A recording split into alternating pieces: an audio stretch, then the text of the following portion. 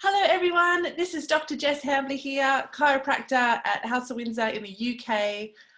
Just continuing our series on, as chiropractors and health professionals, what we wish every patient knew about their health. So that we're aware that 2020 at the moment, there is a lot of health information out there. And so we're just trying to make it as streamlined as possible so that people have the best possible chance of being able to look after their health properly.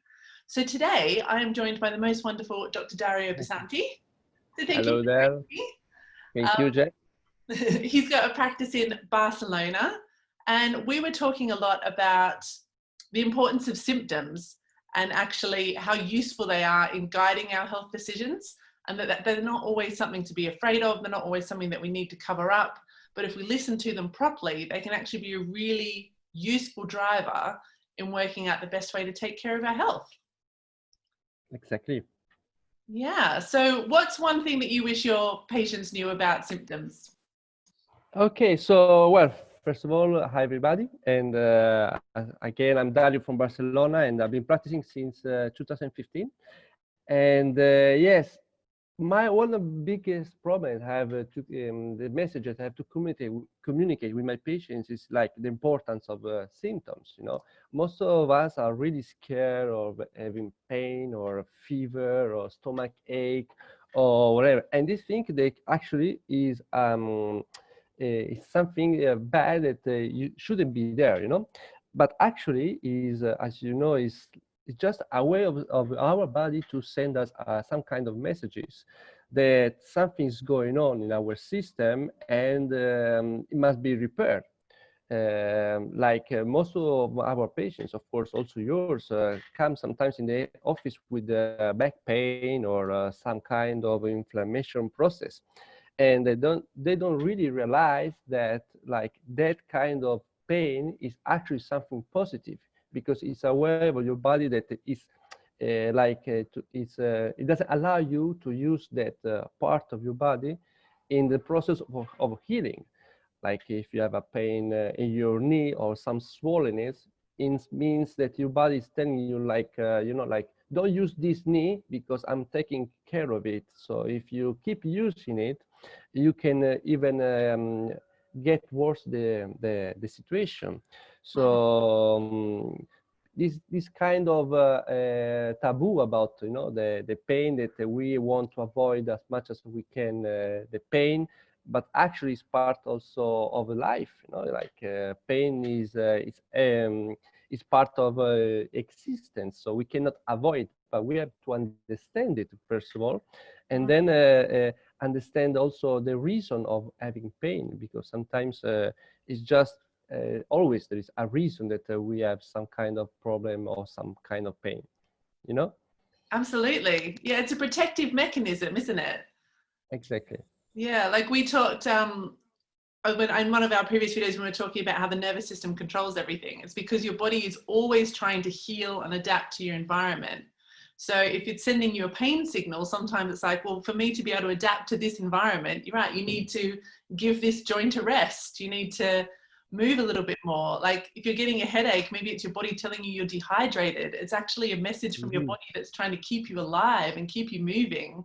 Like your body's whole goal is to always look after you. And the pain's not always, it's not always a sign of weakness. You're right, it's very much a protective thing to allow things to heal properly. Yeah, and also I think the problem starts from our education, because right now also on TV, on commercials, you see continually a commercial about drugs that are related to and any of these symptoms. So it's like a continuously messages that also feel like kind of little monsters on the screen, or dark music. They relate all these symptoms to something negative. So also people, when they have these kind of symptoms, suddenly they relate these symptoms to something negative, and also that's why they run to the pharmacy, to the drugstore, to take the anti-inflammatory, the pills that they're gonna help them to relieve, from these symptoms. And so that's what I started doing in my clinic, to shift a bit this kind of conception of pain, and trying to telling people that like pain is good, because it's, it's something, it means your body is actually working properly, because it's a way of defense, and you are not supposed to stop it, but to enhance it more than and chiropractic, that's what it does, like when you get adjusted regularly, it controls the patterns of pain and healing. Like sometimes the pain doesn't go away because maybe there is some interference that doesn't allow your body to make a proper healing. So that's what does an adjustment, to enhance the capacity to heal the problem, and only that the way, that the natural way that the pain should go away, and not with some shortcuts, and taking pills, which actually doesn't fix the problem. Exactly, and that's what I love about chiropractic as well. It's just enhancing your body's ability to heal something, because that pain is actually, you're right, once you've got a pain signal, it means your brain and that area of your body are communicating with each other. So your brain's going to do something about that, or it's going to make sure you do something about that. It includes getting adjusted, moving better, having better nutrition. And a lot of the studies on opioids at the moment, they've looked at how when you block that signal, so when you get a pain signal and you take something to block it, because obviously we don't like it, it's uncomfortable, is it can slow the healing process down, because once you block that signal, your brain doesn't know what's going on in that knee or in that joint anymore. And so it can't maintain the healing response because it's not getting the messages anymore. So although we might feel more comfortable in that moment, we're not healthier, nothing's getting any better. We've now slowed that healing process right down by blocking the signals. Yeah, indeed. And that's why also it's important, as you say, like taking care of ourselves, and seeing that sometimes all these little problems, these little pains that we have can be easily fixed by changing some bad habits as well.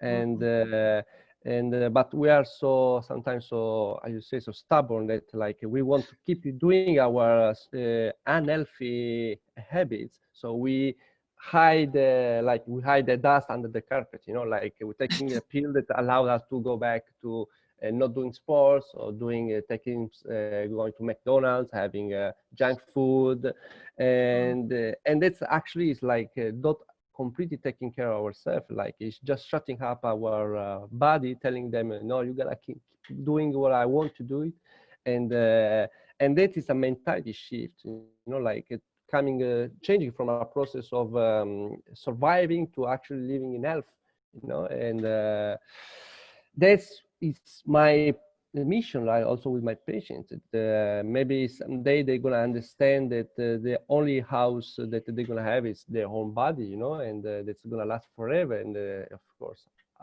the best you treat it, the best it's gonna last. And so yeah, so symptoms are not bad at all. Actually, it's a good way to be healthy. Yeah, that's perfect. Thank you. I think that's definitely our message for today, is that your symptoms are telling you something. They don't always mean you're unhealthy. And if you listen to the message, you can be even healthier from having that feedback from your body. Indeed. Oh, thank you, Dr. Dario. That was awesome. Oh, thank you, Jess. Love having these chats. All right, well, great. Well, yes, enjoy the rest of your day. Thank you so much for your time. You too. And we'll see you next time. Thanks for watching, everyone. Bye. Bye.